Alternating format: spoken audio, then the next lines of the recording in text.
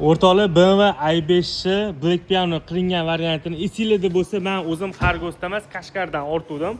Shu akamizni boqibdilar, endi bu yog'iga sotmoqchi ekanlar. O'rtoqlar, nima muammo? Muammoya Sotish kerakmi? sotish kerak.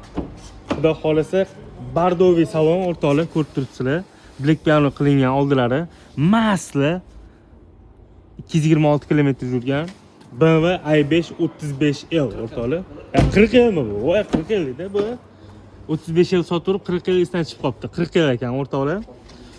Xo'p, Ulug'bek aka, sizni ko'pchilik taniydi, biladi. Aka, 40L bilan 35L nima farqi bor aka? Bir tushuntirib Ot o'ting. kuchi bilan 713 zapas kodi bo'ladi. Anunda 567 bo'ladi.